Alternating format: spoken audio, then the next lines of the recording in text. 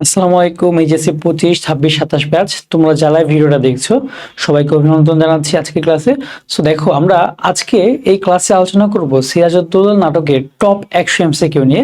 যে 100 এমসিকিউ পড়লেই বা ক্লাসটা করলেই তুমি যদি নাটকটা একবার নাও পড়ো তুমি কিন্তু পরীক্ষায় অ্যান্সার করতে পারবা, ঠিক আছে? বাট আমি বলবো না এই শর্টকাট নিতে, তোমাদেরকে বলবো আমাদের চ্যানেলে আরো একটা ক্লাস আছে একদম ব্যাখ্যা সহ বিশ্লেষণ, সেই ক্লাসটা করে আসতে পারো। যারা ক্লাসটি দেখোনি এখনো, লিংক তোমরা কমেন্টে চাও, কেউ আমরা দিয়ে দিব আমরা কমেন্টে, ঠিক আছে? সো দেখো, এখন আমরা শুরু করি। তো প্রথমত দেখো, আমাদের যে প্রশ্নটা আছে সেটা হচ্ছে কি, যে সিকান্দার আবু জাফর কোন সাহিত্য পত্রিকার সম্পাদক ছিলেন? তোমাদেরকে আমি যে কথাটা বারবার বলি, তোমরা হচ্ছে কি পাঠ পরিচিতি আর হচ্ছে কবি পরিচিতি, এই দুইটা জিনিস তোমরা কি বারবার বলে যে তোমরা ভালো মতো পড়বা, একদম ক্লিয়ার করে পড়বা, ঠিক আছে? এইখানে পাঠ পরিচিতি আর হচ্ছে কবি পরিচিতিটা ঠিক মতো পড়লে তুমি কিন্তু অনেক কোশ্চেনের অ্যান্সার করতে পারবা। সো এটা কি সমকাল, তিনি ছিলেন সমকাল পত্রিকার। এন্ড সমকাল পত্রিকাটা কোন ধরনের পত্রিকা ছিল? এটা একটা মাসিক পত্রিকা ছিল, ঠিক আছে? এটা কি একটা মাসিক পত্রিকা ছিল। তারপর দেখো, আমরা পরবর্তী প্রশ্নে যদি যাই, সেখানে দেখো সিকান্দার আবু জাফর কোন পত্রিকা সম্পাদনা করেন? তিনি কিন্তু এই যে মাসিক সমকাল পত্রিকা, ঠিক আছে? একটু আগে আমরা বলে আসলাম এটা কি কবি পরিচিতি থেকে এসেছে একটা প্রশ্ন, ঠিক আছে? তার মানে কি আমাদের কবি পরিচিতিটা খুব ভালো মতো পড়তে হবে সবার। ওকে, কবি পরিচিতি, পাঠ পরিচিতি, চরিত্র পরিচিতি এগুলো পড়বা। আর তোমাদের যদি এসবের শর্ট নোট লাগে তাহলে কমেন্টে জানাও। আমাদের কিন্তু শর্ট নোট বানানো আছে এবং অনেক স্টুডেন্ট কিন্তু সেটাকে কি একদম ভালো মতো ইয়ে করে ফেলেছে, বের করে তারা একদম পিডিএফ বানিয়ে পড়ছে তারা, ঠিক আছে, প্রিন্ট করে। তারপর দেখো যে মনীষী এরিস্টটল কয়টি নাটকের কয়টি ঐক্যের কথা বলেছেন? একটা নাটক হওয়ার জন্য কয়টা ঐক্য দরকার, ঠিক আছে? সো তিনি বলেছিলেন টোটাল 3টা ঐক্যের কথা। ওকে, তোমরা এখন হয়তো বলতে পারো যে সায়েন্স পড়ে আসলাম, সেখানেও এরিস্টটল কথা বলেছে বায়োলজিতে, তারপর আবার অ্যাটম নিয়ে কথা বলেছে সে, এরপর আবার দেখলাম যে সে রাষ্ট্রবিজ্ঞান, তারপর ইতিহাস, সব জায়গায় এরিস্টটল, তাই না? এরিস্টটল কিন্তু খুব, তোমরা হয়তো বা এরিস্টটল জন্ম না হলে কিন্তু অনেক কিছু পড়াশোনা করতে হতো, এমন মনে হয় না, তাই না?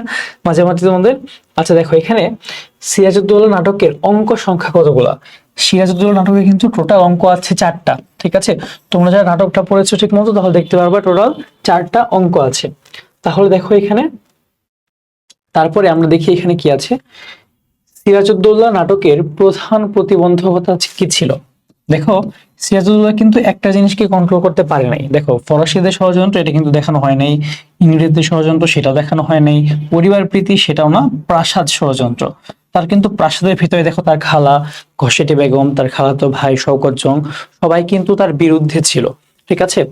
তারপর দেখো এখানে পরবর্তী প্রশ্নে আমরা কি দেখি, রাইসুল জোহাল্লা চরিত্রের মাধ্যমে নাট্যকার নাটকে যে বিষয়ের অবতারণা করেছেন সেটা কিন্তু দেখো, অপশনগুলো দেখি একটু। হাস্যরস, ক্লাইম্যাক্স, ভাবগাম্ভীর্য, বেদনা।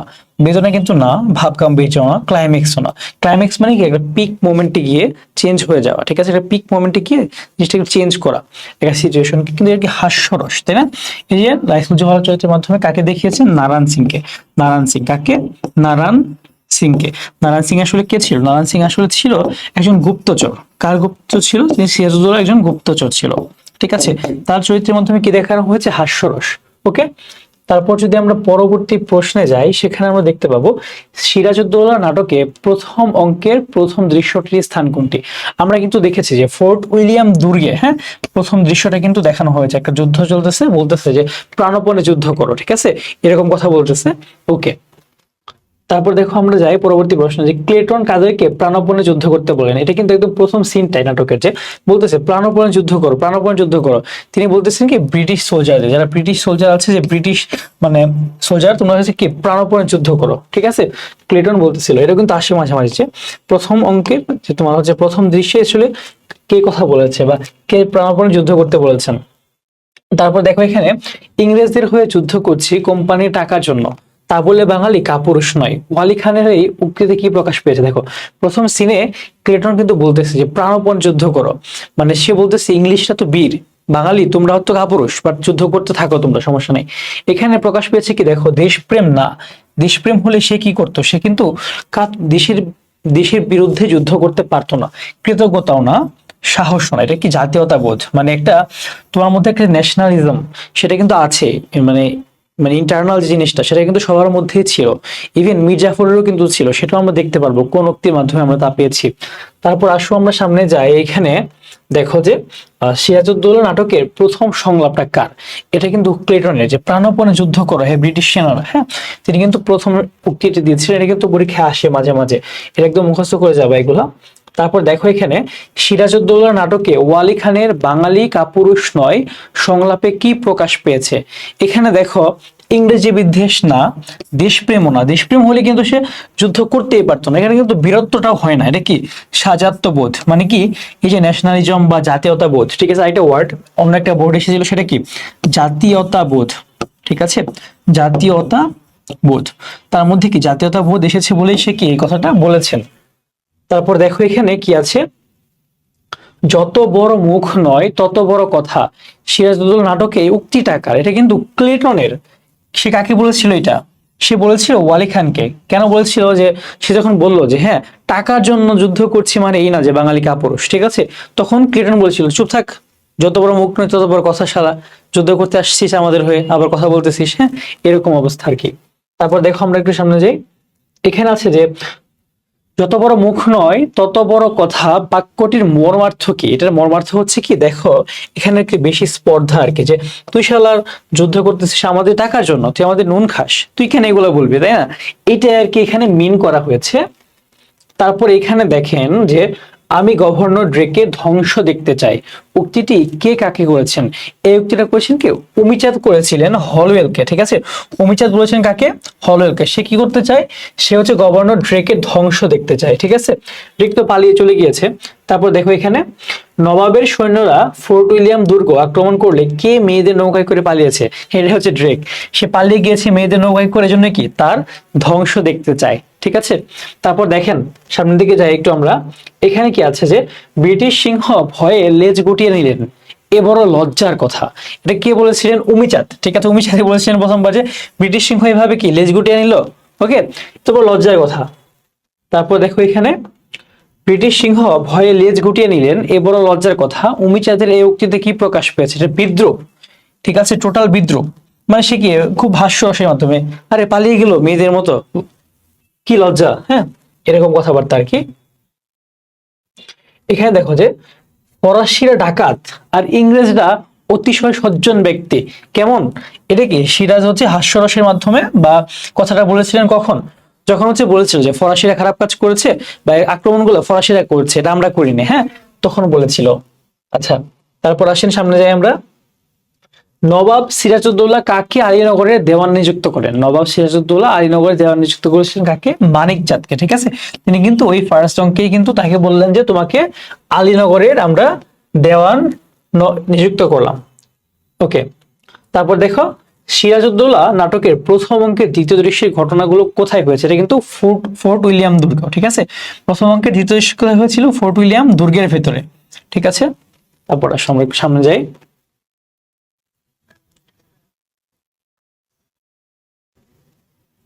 এখানে দেখো কিলপ্যাট্রিক মাদ্রাজ থেকে কতজন সৈন্য নিয়ে হাজির হন? ঠিক আছে, কিলপ্যাট্রিক মাদ্রাজ থেকে হাজির হয়েছিল মোটামুটি 250 জন সৈন্য নিয়ে, ঠিক আছে। তারপর আসো সামনে যাই আমরা, এটা কিন্তু ওই সিনটা ছিল যখন আমরা তোমার হচ্ছে জাহাজের মধ্যে ছিল, ওকে। তারপর দেখো এখানে অর্থাৎ ঘুষ খেয়ে খেয়ে ঘুষ কথাটি অর্থই বদলে গিয়েছে আপনার কাছে, এটা কে বলেছিল?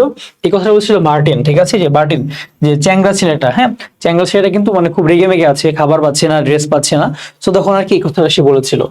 তারপর দেখো আমরা যদি সামনে যাই, এখানে 10 দিকে 10টি হাত ভর্তি করতে হিমশিম খেয়ে যাচ্ছে ইংরেজ, ডাচ আর ফরাসিরা, এই কথার মধ্যে কোন তথ্য রয়েছে? এটার মধ্যে কি নবাবের পরিষদবর্গের লোভ, ঠিক আছে, নবাবের পরিষদবর্গের যে লোভী তারা, ঠিক আছে, এই লোভীর তাদের যে লোভটা সেটাই কিন্তু প্রকাশ হয়ে যাচ্ছে এখানে।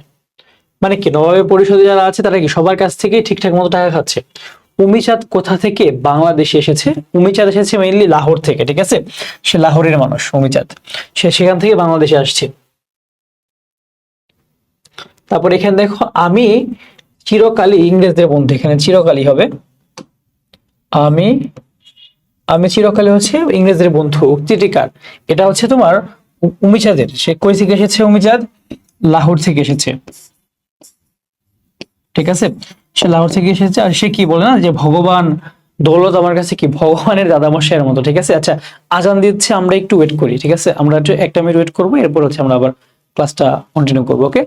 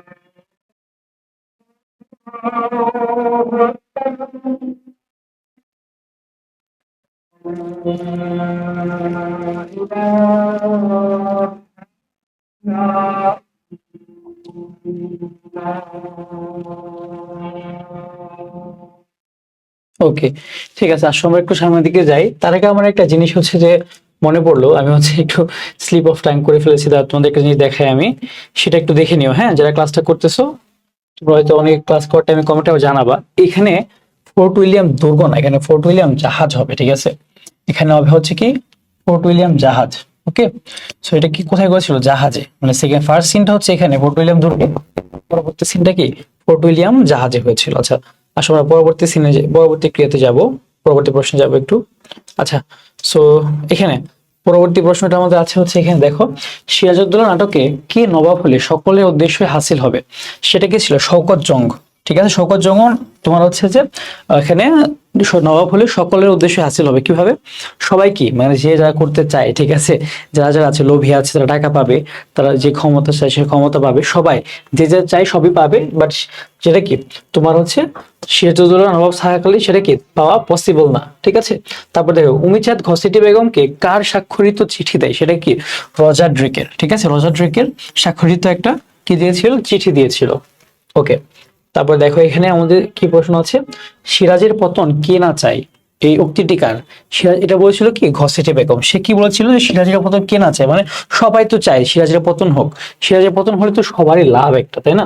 সেটাই। তারপর দেখো, দৌলত আমার কাছে ভগবানের দাদামশাইয়ের চেয়ে বড়, এই উক্তিটি কার? উক্তি অবশ্যই কি উমিচাঁদের। উমিচাঁদ কোথা থেকে এসেছিল? এই দেশে লাহোর থেকে এসেছিল। সে কেন এসেছিল? সে এসেছিল টাকা কামাতে এসেছিল। তো তার কাছে কি সবচেয়ে বড় জিনিসটা কি? এই দৌলত, এই ধন সম্পদ। তার কাছে ধন সম্পদের চেয়ে বড় কিছু আর নাই। তারপর দেখো এখানে উমিচাঁদের কাছে ভগবানের দাদামশাইয়ের চেয়ে বড় কি? সেটা কি দৌলত। ঠিক আছে। সে কারণ লাহোর থেকে এসেছে, এখানে এসেছে শুধু ব্যবসা করতে, বাণিজ্য করতে, টাকা কামাতে। তার মধ্যে যে ধরো যে আসলে মানে ইন্টিগ্রিটি অনেস্টি বলতে কিছু নাই। আমার নালিশ আজ আমার নিজের বিরুদ্ধে। সিরাজের এই উক্তিটির কারণ কি? কারণ তিনি প্রজা সাধারণের নিরাপত্তা বিধান করতে পারেননি। দেখো, তিনি যখন তার প্রজাদের নিরাপত্তা দিতে পারেননি, যখন হচ্ছে তোমার একটা লোক আসলো, হ্যাঁ, যে সে এসে বললো যে তারা সান্ডা সান্ডা 6 জন মিলে আমার পোয়াতি বউটাকে ও হো হো মানে খুব কষ্ট নিয়ে বললো যে হ্যাঁ তারা তার ওয়াইফটাকে রেপ করেছে বা এরকম একটা ব্যাপার হয়েছে, মেরে ফেলেছে, হ্যাঁ, এই লবণ ব্যবসায়ী। তো সেই কারণে কিন্তু এই প্রজাসাধারণের নিরাপত্তা তিনি দিতে পারেননি, সে কারণেই তার আজকে আফসোস। তারপর দেখো এখানে আমার নালিশাজ আমার নিজের বিরুদ্ধে বলতে নবাব বোঝাতে চেয়েছেন কি? তার নালিশাজ নিজের বিরুদ্ধে বলতে বোঝাতে চেয়েছেন কি তিনি? যে প্রাসাদ ষড়যন্ত্র নস্যাৎ করতে না পারা, মানে তার প্রাসাদের বিরুদ্ধেই যে এত কিছু হয়ে যাচ্ছে, হ্যাঁ, তার প্রাসাদের বিরুদ্ধে, তার বিরুদ্ধে কূটকৌশল, তার প্রাসাদের যে অত্যাচার, সেসব তার প্রাসাদ থেকেই তৈরি হচ্ছে, বাট তিনি এগুলোকে কি নস্যাৎ করতে পারলেন না একদমই। তারপর দেখো, সিরাজউদ্দৌলা নাটকে আপনাদের কাছে আজ আমি আমার অপরাধের বিচার প্রার্থী সংলাপে ব্যক্ত হয়েছে সিরাজের কি? এখানে তার প্রজাদের প্রতি একটা যে মানে দেখো এখানে অপরাধ বোধ, এখানে বসে তুমি অপরাধের কাছে বিচার প্রার্থী, এটা কিন্তু একটা কনফিউজিং অপশন আসবে। দেখো প্রথমে কি দেওয়া আছে? অপরাধ বোধ, অনুশোচনা, প্রজাদের প্রতি প্রেম, অমাত্যদের প্রতি শ্লেষ। দেখো এখানে আমরা এখানে সিরাজের কোন ধরনের জিনিসটা হচ্ছে কি মানে চাচ্ছে, এখানে তার অমাত্যদের প্রতি মানে হচ্ছে দেখো তাদের প্রতি সে নিজের প্রতি কি বিচারটা দিচ্ছে, অপরাধ বোধ তো না এখানে, দেখো সেটা তো আছে, অনুশোচনা তো আছেই, প্রজাদের প্রতি প্রেম তো সেটাও কিন্তু আছে, কিন্তু একরকম হয়ে যায়। কিন্তু দেখো তার অমাত্যদের প্রতি তার শ্লেষ বা হচ্ছে তাদের প্রতি যে মানে কি বলবো মানে তাদেরকে অপরাধের বিচার প্রার্থী বানাচ্ছে, ঠিক আছে, বাট এটা কিন্তু কি মানে তার যে অমাত্য তাদেরই তো দোষ এটা, তাই না? মানে তিনি বুঝাতে যাচ্ছেন অন্যভাবে ব্যাপারটাকে, তার অমাত্যরাই কিন্তু এগুলোর জন্য দায়ী আসলে, বুঝতে পেরেছো?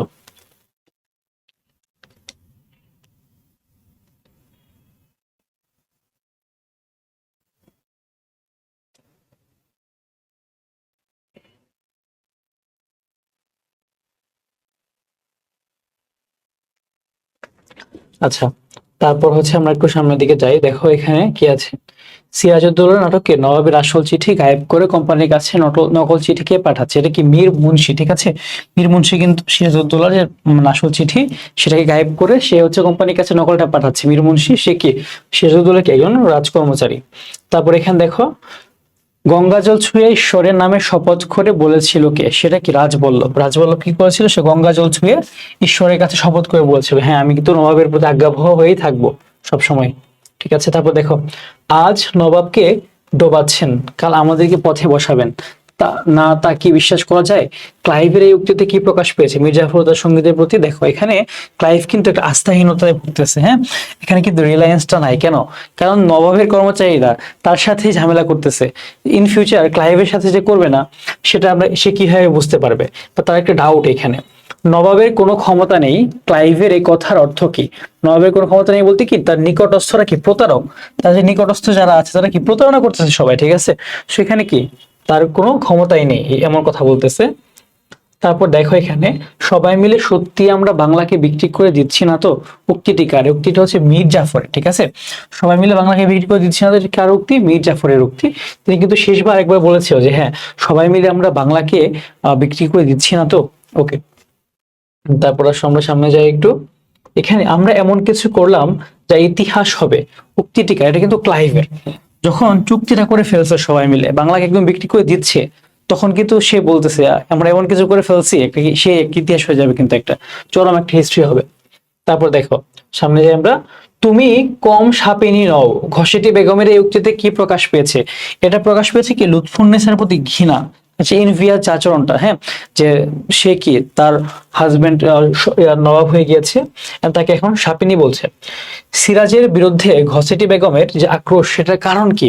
এটার কারণ হচ্ছে কি রাজনৈতিক প্রাধান্য লাভ। এখন কি সিরাজউদ্দৌলা কি তার সে নবাব আছে, সে রাজনৈতিক ভাবে প্রাধান্য পেয়েছে, শওকত জঙ্গকে পাচ্ছে না, সেজন্য আর কি। তারপর দেখো আমরা সামনে যাই, ঘরের লোক অবিশ্বাসী হলে বাইরের লোকের পক্ষে সবই সম্ভব। লুৎফা উক্তিটি কার? এই উক্তিটা হচ্ছে সিরাজউদ্দৌলা। সে কিন্তু লুৎফুন্নেসার কাছে তার যে কষ্টটা সেটা শেয়ার করতেছে, যে বলতেছে ঘরের লোকই যদি ঝামেলার হয় তাহলে আমি বাইরের লোক দিয়ে কি করব। ওকে, তারপর দেখো, পলাশী যুদ্ধে সিরাজের পতনের জন্য তার নিজের যে চারিত্রিক বৈশিষ্ট্য অনেকখানি দায়ী, তা হলো অদূরদর্শিতা, সে কিন্তু অপরিণামদর্শী ছিল। সামনে কি হবে, কাকে তিনি কি দিলে কি হতে পারে, এইসব ব্যাপারে কিন্তু তার ধারণা খুব কম ছিল। তাই অপরিণামদর্শিতাই কিন্তু তাকে ডুবিয়েছে শেষ পর্যন্ত।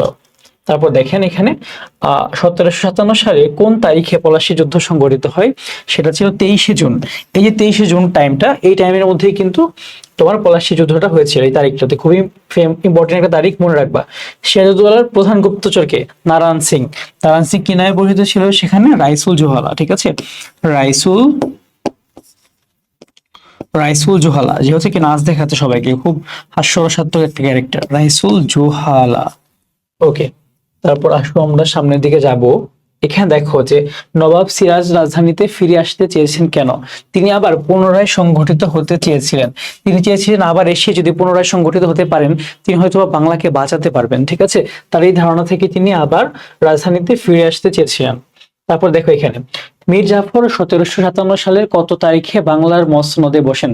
তিনি 1757 সালের, তিনি হচ্ছে কোথায়, কত তারিখে? 29শে জুন। ঠিক আছে, 23শে জুন কি হলো, তোমার যুদ্ধটা হলো। ঠিক আছে, যুদ্ধের পরে তিনি কি 29শে জুন মসনদে বসলেন।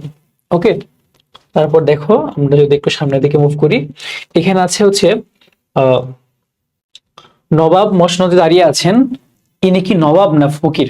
নবাব মসনদের পাশে দাঁড়িয়ে আছেন, ইনি কি নবাব না ফকির? এই কথার মধ্য দিয়ে মীর জাফর চরিত্রের কোন বৈশিষ্ট্যটা প্রকাশিত হয়েছে? এটা কি পরনির্ভরশীলতা। ঠিক আছে, মানে সে হচ্ছে নবাব দাঁড়ায় আছে, নবাব কি ক্লাইভের জন্য দাঁড়ায় আছে, সে কি নর্মাল একটা কি কর্মচারী, ঠিক আছে, তার জন্য দাঁড়ায় আছে, বা কর্মকর্তা একজন। দেখো সিরাজউদ্দৌলা নাটকে মূলত বিধৃত হয়েছে কোন জিনিসটা? লোভ ও ক্ষমতার দ্বন্দ্ব। ঠিক আছে, লোভ মানে লোভের কাছে পরাজিত হচ্ছে মানুষ, ক্ষমতার কাছে পরাজিত হচ্ছে মানুষ, তারা মনুষ্যত্বকে সে বিকিয়ে দিচ্ছে। তারপর দেখেন মীর জাফর নবাব হওয়ার পর ক্লাইভ কোন এলাকার স্থায়ী মালিকানা পায়? নবাব হওয়ার পরে তাকে কি দেওয়া হলো? তাকে বলা হলো যে তোমাকে 24 পরগনার স্থায়ী মালিকানা দেওয়া হলো। ঠিক আছে, 24 পরগনার স্থায়ী মালিকানা দেওয়া হলো, এখানে তুমি যা ইচ্ছা তাই করতে পারো। তারপর দেখো এখানে এরপর সিরাজকে হত্যা করতে মোহাম্মদী বেগ অগ্রিম বাবদ কত টাকা নিয়েছিল? সে কিন্তু মোটামুটি অগ্রিম শুরুতেই 5000 টাকা নিয়েছিল। ঠিক আছে, সে অগ্রিম কত নিয়েছিল? 5000 টাকা। ওকে, তারপর দেখো এখানে কি আছে, তোমার অপরাধের জন্য নবাবের দণ্ডাজ্ঞা শোনাতে এসেছি। কোন নবাবের? এখানে হচ্ছে মীর জাফরের। ঠিক আছে, মীর জাফর যখন নবাব হয়েছে, তার দণ্ডাজ্ঞা শোনাতে এসেছিল তার ছেলে, এবং সিরাজউদ্দৌলাকে তিনি যখন তিনি আটকাচ্ছিল জেলে, তখন এই কথাটা বলেছেন।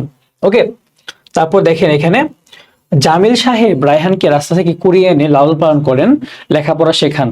জামিল সাহেব নিজের সন্তানের মতোই তাকে ভালোবাসতেন, কিন্তু জামিল সাহেব মারা যাওয়ার পর রায়হান সম্পত্তির লোভে জামিল সাহেবের ছেলেকে হত্যা করে। অধ্যাপক রায়হান নিচের কোন চরিত্রের সাথে তুলনা? এটা অবশ্যই কি মোহাম্মদী বেগ, যে কাকে হত্যা করেছেন?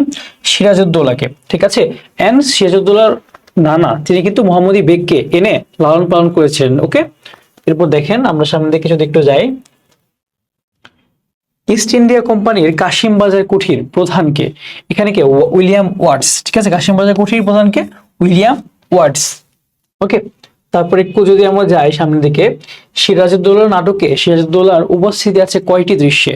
নাটকে কিন্তু প্রায় 8টা দৃশ্যে তার উপস্থিতি বিদ্যমান। ওকে, এই জিনিসগুলো কিন্তু আসে, যেহেতু একবার এসেছে বারবার আসতে পারে, তোমরা একটু পড়ে যাবা।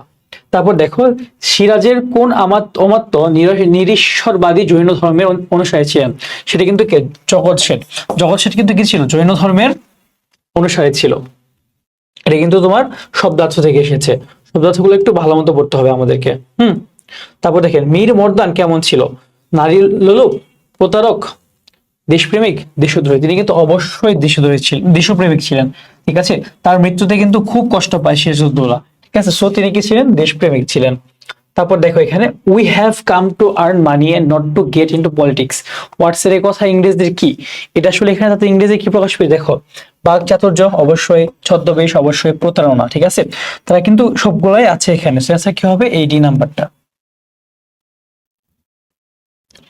তারপর দেখো যে আমি বরং নবাবকে বিশ্বাস করতে পারি, ক্লাইভের এই উক্তিতে প্রকাশ পেয়েছে কি? এটা হচ্ছে তোমার মীর জাফরের প্রতি অনাস্থা, আর হচ্ছে নবাবের দেশপ্রেম চেতনায় শ্রদ্ধা। এখানে তোমার এটা হবে না, বশ্যতা না, সো অ্যান্সার হবে কি আমাদের এইটা। ওকে, তারপর যদি আমরা সামনে যাই, দেখো মিরন সিরাজউদ্দৌলার বিরুদ্ধে যেসব অভিযোগ শুনিয়েছিল তার মধ্যে দেখো বাংলার জনসাধারণকে উৎপীড়ন, দরবারের পদস্থ আমির ওমরাদের মর্যাদাহানি, মতিঝিলের জলসা চিরকালের জন্য ভেঙে দেব। এটা জানায়নি, এটা বাদে কিন্তু বাকি দুইটাকে জানিয়েছিল। সো অ্যান্সার হবে 1 নাম্বারটা, 1 and 2। ওকে, তারপরে দেখো পরবর্তী প্রশ্নে আমরা এখানে কি দেখি। এক রাতে একদল অচেনা লোক রাহাত সাহেবের বাড়িতে আশ্রয় চায়। রাহাত সাহেব দয়া পরবশ হয়ে তাদেরকে থাকা ও খাওয়ার ব্যবস্থা করেন, কিন্তু মধ্যরাতে সেই অচেনা লোকেরা বাড়ির সবাইকে জিম্মি করে টাকা পয়সা ও মূল্যবান জিনিসপত্র নিয়ে পালিয়ে যায়।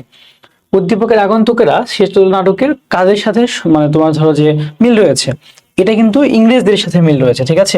ইংরেজরা কি এখানে এসে তোমার প্রথমে কি ব্যবসা করতে আসছে, তোমাকে এখানে হেল্প করছে নবাবেরা, এন্ড আলটিমেটলি তাদেরকে কি তাদের কাছ থেকে তাদের ক্ষমতা নিয়ে নিয়েছে। হ্যাঁ, তারপর দেখো এখানে এই সেম উদ্দীপকে সিরাজউদ্দৌলা নাটকের এরূপ সাদৃশ্য পরিলক্ষিত হয়।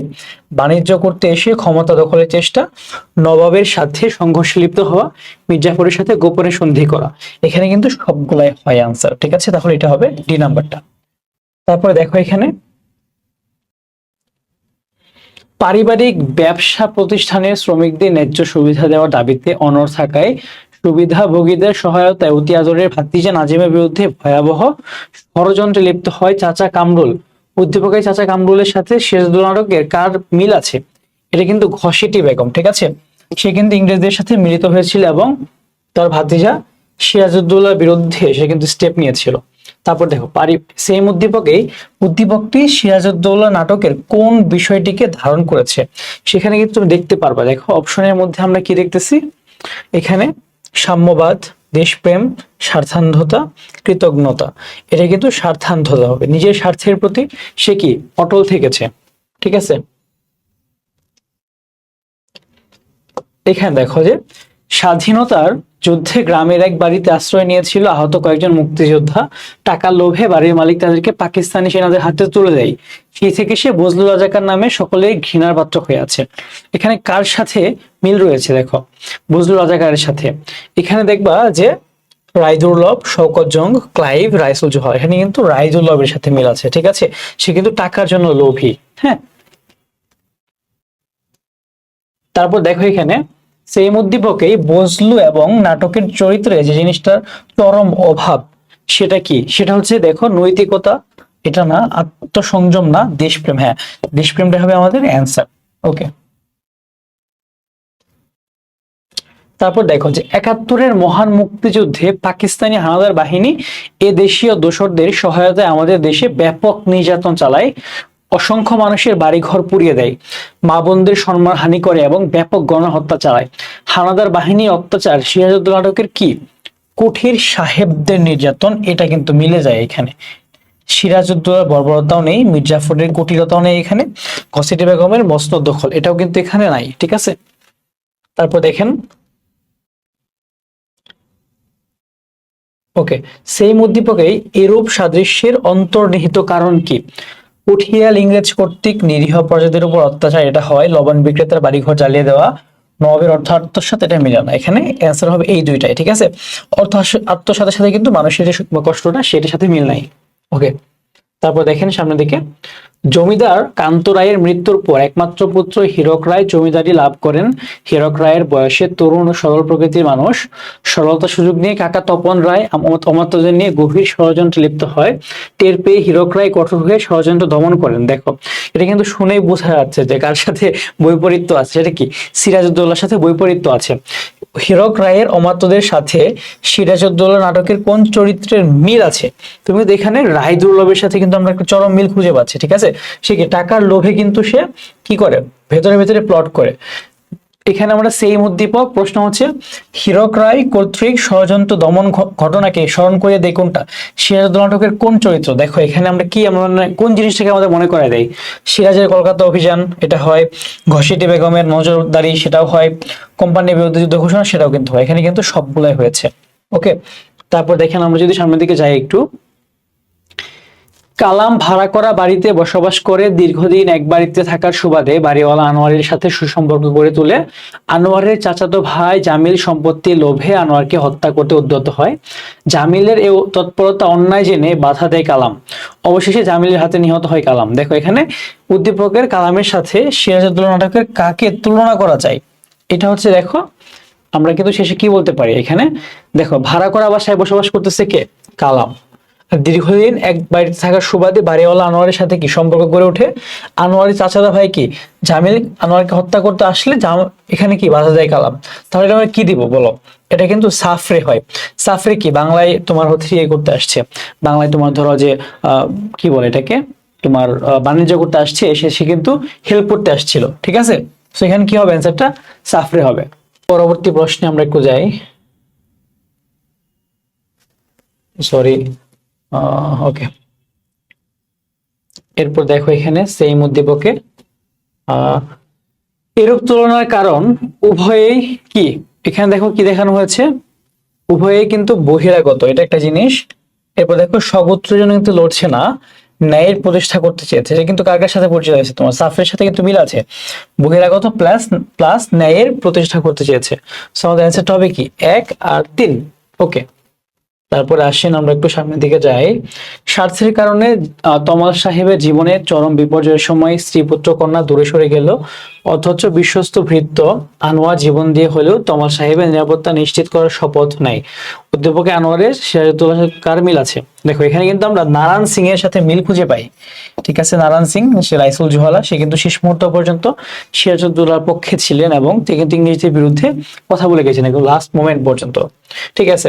তারপর দেখেন এখানে উদ্দীপকের সিরাজউদ্দৌলা নাটকের যে ভাব প্রকাশিত হয়েছে সেটা কোনটা, আমরা কি দেখতে পাই স্বার্থান্ধতা, এটা অনেকেরটা আছে, অনেকে স্বার্থান্ধ ছিল, ব্যক্তিগত জীবনের বিপর্যয় সেটাও আছে, আত্মীয়তার বন্ধনের শৈথিল্য, এখানে কিন্তু আমরা মোটামুটি সবগুলাই মিল পাই এখানে, ঠিক আছে। তারপর দেখো এখানে মুক্তিযুদ্ধে পাকিস্তানি সেনা শাসক রাজনীতিবিদ ও কতিপয় বিপদগামী দোসর জনসাধারণের উপর নিষ্ঠুর নির্যাতন চালায় এবং জানমালের ব্যাপক ক্ষয়ক্ষতি করে। এদেশের আপামর জনতা দেশপ্রেমে উদ্বুদ্ধ হয়ে প্রতিরোধ ব্যবস্থা করে তোলে। উদ্দীপকের প্রথম বাক্য নবাব সিরাজউদ্দৌলা নাটকের কোন চরিত্রকে ধারণ করে, দেখো এই যে বিপথগামী, হ্যাঁ, এরা কারা, এরা হচ্ছে উমিচাঁদ জগৎ সেজেরা, ঘসেটি বেগম লুৎফুন্নেসা এখানে না, কারণ লুৎফুন্নেসা তো ভালো, মীরবদ্দার না, মোহনলাল না, ঠিক আছে। এই অ্যান্সারটা হবে কি উমিচাঁদ জগৎ শেঠ। ওকে, তারপর দেখো এখানে মুক্তিযুদ্ধে পাকিস্তানি সেনাশাসক রাজনীতিবিদ সেইম উদ্দীপকের শেষ বাক্যের বিষয়বস্তু নবাব সিরাজউদ্দৌলা নাটকের কোন বাক্যে প্রতিফলিত হয়েছে, এদেশের আপামর জনতা দেশপ্রেমে উদ্বুদ্ধ হয়ে প্রতিরোধ ব্যবস্থা গড়ে তোলে, সেটা আমরা দেখতে পাচ্ছি কি হাজার হাজার মানুষ একযোগে রুখে দাঁড়াতে পারলে কৌশলের প্রয়োজন হবে না, এই লাইনটার সাথে কিন্তু মিল আছে, কিন্তু দুঃখের বিষয় তারা কিন্তু রুখে দাঁড়ায়নি, ঠিক আছে। তারপর দেখেন এখানে ভরসা হলো আর দমাতে পারবে না, বাংলা ভাষাকে রাষ্ট্রভাষা না করে আর উপায় নেই, এই আন্দোলনে দেশের লোক সাড়া দিয়েছে, এগিয়ে এসেছে, জনমত সৃষ্টি হয়েছে, জনমতের বিরুদ্ধে যেতে শোষকরাও ভয় পায়। উদ্দীপকের আলোকে পলাশী যুদ্ধের পরাজয়ের পরে কে জনমত গঠনের মাধ্যমে প্রতিরোধের শেষ চেষ্টা করেছিলেন, সেটা কিন্তু সিরাজউদ্দৌলা, তিনি কিন্তু শেষ চেষ্টা করেছিলেন কিন্তু খুব বেশি লাভ হয়নি, ঠিক আছে। তারপর দেখি আমরা সামনের দিকে যদি যাই, ভরসা হলো সেই উদ্দীপক, উক্ত জনমতের গঠনে ব্যর্থতার মূল কারণ কোনটা ছিল, এখানে কিন্তু দেশপ্রেম কি সংঘ চেতনার অভাব, কেন, কারণ এখানে কিন্তু মানুষের মধ্যে আমরা দেখতে পাচ্ছি তার সিরাজউদ্দৌলার যে সভাসদ তাদের মধ্যেই দেশপ্রেমের অভাব, আর দেশের মানুষের মধ্যে আসলে দেশপ্রেমটা কই থেকে আসবে তাহলে, আর তাদের মধ্যে কি সংঘবদ্ধ যে হতে হবে সেই জিনিসটারও কিন্তু অভাব ছিল। এদেশের বাতাস আমার প্রতিটি বিশুদ্ধ নিঃশ্বাস, কেউ চাইলেই আমার নিঃশ্বাসের বাতাসে বারুদের গন্ধ ছড়াতে পারে না, আমরা তা কিছুতেই হতে দিতে পারি না। উদ্দীপকটি সিরাজউদ্দৌলা নাটকের কোন তাৎপর্যটাকে বহন করে, দেখো এখানে আমাদের ইংরেজ হটানোর সংকল্প, তারপর হচ্ছে স্বাধীনতা রক্ষার চেতনা, প্রাসাদ ষড়যন্ত্র রুখে দেওয়ার চেষ্টা, দেশ শান্তি প্রতিষ্ঠার অঙ্গীকার, এটা কি স্বাধীনতা রক্ষার যে চেতনাটা সেটাকে তুলে ধরা হয়েছে। চরম ব্যবসায়িক বিপর্যয়ের সময় স্বার্থের কারণে রশিদ সাহেবের প্রতি স্ত্রী সন্তানরা মুখ ফিরিয়ে নেয়, অথচ জীবনের শেষ দিন পর্যন্ত রশিদ সাহেবকে সেবা করার শপথ নেয় তার ভৃত্য করিম। উদ্দীপকের ভৃত্য করিম সিরাজউদ্দৌলা নাটকের কোন চরিত্রের সাথে মিল আছে, সেটা কি নারায়ণ সিং। নারায়ণ সিং কি ছিল সিরাজউদ্দৌলার গুপ্তচর, সে কিন্তু একদম শেষ মোমেন্ট পর্যন্ত সিরাজউদ্দৌলার কোথায় গিয়েছে কি করেছে কিচ্ছু কিন্তু জানায়নি, শেষে কিন্তু তার মানে তাকে হতে কিন্তু হত্যা করা হয়েছে, ঠিক আছে। তারপর দেখো সেই উদ্দীপকে সিরাজউদ্দৌলা নাটকের যে ভাব প্রকাশিত হয়েছে সেটা কি, আমরা যদি এখানে দেখতে পাই, দেখো স্বার্থান্ধতা, ব্যক্তি জীবনের বিপর্যয়, আত্মীয়তা বন্ধন সই ছিল, এটা কিন্তু আগেও একটা বোর্ড এসেছিল, এটা কি অ্যান্সার হবে সবগুলাই। ঠিক আছে, তারপর আসেন আমরা একটু সামনে যাব, সেখানে কি 1971 সালে মুক্তিযুদ্ধে রাজাকার এবং আলবদররা গোপনে পাকিস্তানি বাহিনীকে সহায়তা করে এবং বাঙালি জাতির বিরুদ্ধে ষড়যন্ত্রে লিপ্ত হয়। তাদের সহায়তায় পাকিস্তানি হানাদার বাহিনী বাংলাদেশে বুদ্ধিজীবী হত্যার নীল নকশা প্রণয়ন করে।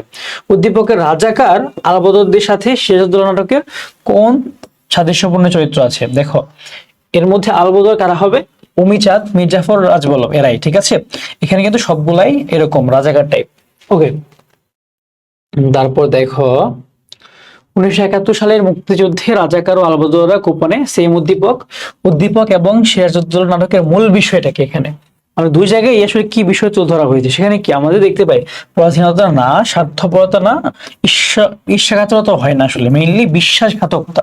এটা কিন্তু একদম মানে অ্যাকচুয়াল মিনিংটা দেয় আমাদের এখানে। ঠিক আছে, তারপর আসেন আমরা যদি সামনে যাই একটু, মনসুর, অপু, তাহের সহ মোট 12 জন মিলে নিজেদের উন্নতির জন্য একটা সমিতি গঠন করে। সবাই প্রতি মাসে 500 টাকা করে তাহেরের কাছে জমা রেখে কিছুদিন পর তাহের সব টাকা নিয়ে পালিয়ে যায়। উদ্দীপকের তাহের সিরাজউদ্দৌলা নাটকের কার প্রতিনিধি? এটা কি মীর জাফর? হ্যাঁ, মীর জাফর কিন্তু এমন কাজ করেছে সিরাজউদ্দৌলার সাথে। ঠিক আছে, তারপর দেখো উদ্দীপকের সিরাজউদ্দৌলা নাটকের কোন বিষয়টি ফুটে উঠেছে? সেটা কি? বিশ্বাসঘাতকতা। হ্যাঁ, সব জায়গায় এখানে কি উদ্দীপক একটু আগে দেখেছিলাম আমরা যে সে বিশ্বাসঘাতকতা করেছে, টাকা নিয়েছে। এদিকে মির্জাফরও কিন্তু সিরাজের সাথে বিশ্বাসঘাতকতা করেছে। আলবদর আলেন্দে ছিলেন চিলির সালভেদর আলেন্দে ছিলেন চিলির নির্বাচিত প্রেসিডেন্ট। 1973 সালে দেশের সেনাবাহিনী তাকে হত্যা করে ক্ষমতা গ্রহণ করে আলেন্দো কর্তৃক নিয়োগপ্রাপ্ত জেনারেল পিনোচেট। সেখানে দেখো পিনোচেটের সাথে কার মিল আছে? এখানে অবশ্যই সবচেয়ে বেশি মিল কি? মির্জাফরের আছে, কারণ মির্জাফর কি ছিল? তিনি সিরাজউদ্দৌলা কি ছিল? সেনাপতি। ওকে, তারপর দেখো সেই উদ্দীপকে উভয় চরিত্রের মধ্যেই সাদৃশ্যগত বৈশিষ্ট্য কোনটা? ক্ষমতা লিপ্স আছে, ঠিক আছে, এরপর কি আছে? বিশ্বাসঘাতকতা আছে। ওকে, কাপুরুষতা আসলে এখানে নাই, এটা এই দুটো জিনিস আসলে মেইনলি হয় এখানে। 1 আর 2 হবে, যেটা তোমার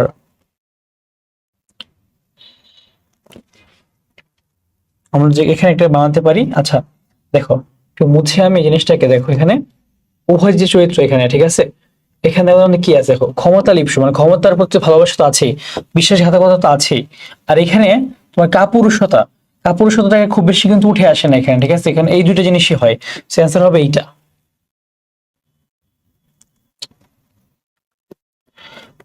1975 সালে 15ই আগস্ট শেখ মুজিবকে ধানমন্ডির বাসায় তোমার হত্যা করা হয়।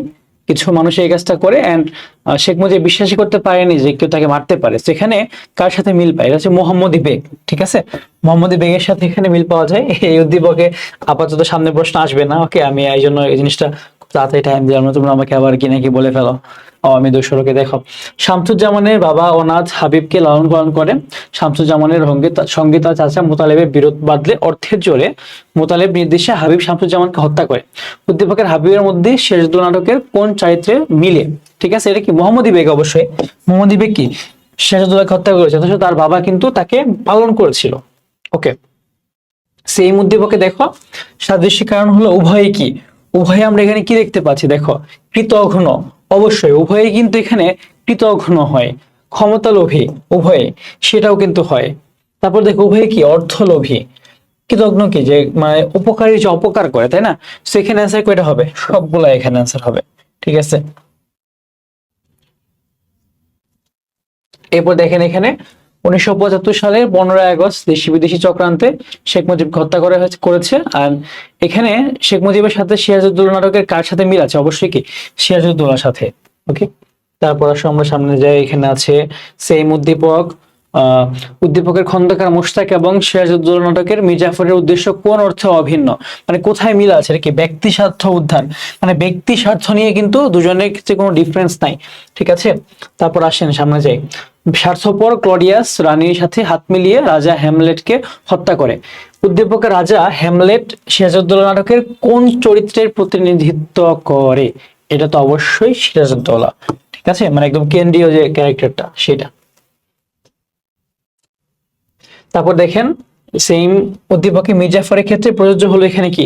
মানে মির্জাফর কোনটা এখানে? হ্যাঁ, এখানে আছে ক্ষমতা লোভী ও পরশ্রী কাতর। তিনি অবশ্যই ক্ষমতালোভী, পরশ্রীকাতর, তিনি ক্ষমতালোভী চেয়েছেন এবং অন্যের যে শ্রী ব্রিটিশদের সাথে থেকেছেন তিনি, তারপর কূটকৌশলী এবং ব্যক্তিত্বশালী, এইটা কিন্তু হয় না, সুযোগ সন্ধানী এবং ষড়যন্ত্রকারী। সো এখানে 1 আর 3 এটা হচ্ছে আমাদের অ্যান্সারটা হবে। তারপর আসেন আমরা সামনে যাই একটু। এখানে বিত্তশালী আশিক চৌধুরী তারা একমাত্র সন্তান জামিল চৌধুরী ও সম্পদে দেখাশোনার জন্য নাসির মিয়াকে পরিবারের একজনের মতো স্থান দেয়, কিন্তু চৌধুরী সাহেবের মৃত্যুর পরে নাসির মিয়ার সম্পদের লোভে সূক্ষ্মমন্ত্র জামিল চৌধুরীকে হত্যা করে। সেখানে দেখো কোনটা হবে অ্যান্সার। অবশ্যই নাসির মিয়ার সাথে মিলকার মোহাম্মদী বেগের, সে কি নবাবকে হত্যা করেছে কিসের বিনিময়ে? টাকার বিনিময়ে। সেই উদ্দীপক ও সিরাজউদ্দৌলা নাটকের মধ্যে পরিণতি কি? আসলে দুইটা পরিণতি কি? করুণ এবং যন্ত্রণাদায়ক। ওকে, সো এটা একটু দেখবো আমরা। তোমাদের পরীক্ষা খুব সামনে এসেছে, 25 ব্যাচ, তাই হয়তো একটু ফাস্ট করছি যাতে তোমরা একটু ফাস্ট দেখতে পারো, তোমাদের টাইম যাতে একটু বেঁচে যায়। তোমাদের সাজেশন দেবো কি একটা, তোমরা 2x দিয়ে ক্লাসটা দেখবো। আমি কিন্তু ক্লাসের মাঝে যেন কোনো এক্সট্রা কথাবার্তা বলি নাই। রাস্তায় কুড়িয়ে পাওয়া মিঠুকে এনে নিজের সন্তানের মতোই লেখাপড়া শেখান নিয়াজের মা, বিয়ে দিয়ে সংসারও সাজিয়ে দেন তিনি। অথচ ব্যবসা সংক্রান্ত বিষয়ে সামান্য কথা কাটাকাটি জের ধরে নিয়াজকে নির্মমভাবে হত্যা করে মিঠু। উদ্দীপকে মিঠুর সাথে কার মিল আছে? অবশ্যই কার সাথে? মোহাম্মদী বেগের সাথে। মোহাম্মদী বেগ নিয়ে কিন্তু প্রশ্ন প্রতি বছরই প্রায় আসবে, ম্যাক্সিমাম বোর্ডই। উদ্দীপকের সাথে দেখো উল্লিখিত প্রতিনিধিত্বের কারণ কি? বিশ্বাসঘাতকতা। আসলে এখানে ঠিক আছে, এখানে আমরা এটা দেখতে পাচ্ছি যে বিশ্বাসঘাতকতাটা আছে আমাদের কিন্তু শেষ। এন্ড যারা এবার এইচএসসি 25 ব্যাচ আছো, যারা হচ্ছে ঢাকা বিশ্ববিদ্যালয়ে খ ইউনিটে ভর্তি পরীক্ষা দিবা, আমাদের কিন্তু ভার্সিটি বিজয় নামে যে কোর্স আছে, এই কোর্সে কিন্তু ঢাবি সহ সকল বিশ্ববিদ্যালয়ে কিন্তু সবকিছু কমপ্লিট হয়ে যাবে ইনশাল্লাহ। ঠিক আছে, তো তোমরা একটু মানবিক বিভাগ পরিবর্তনে যারা আছো আমাদের ডিটেলস গুলো একটু দেখতে পারো। আমাদের ক্লাসগুলো যদি ভালো লাগে তোমরা আমাদের কোর্সে অবশ্যই ভর্তি হতে পারো। এইচএসসি পরপরই যে কোনো প্রয়োজনে এই নাম্বারে কল দিবা। ঠিক আছে, সবাই ভালো থাকো, আল্লাহ হাফেজ, দেখা হবে পরবর্তী কোনো একটা ক্লাসে। টাটা।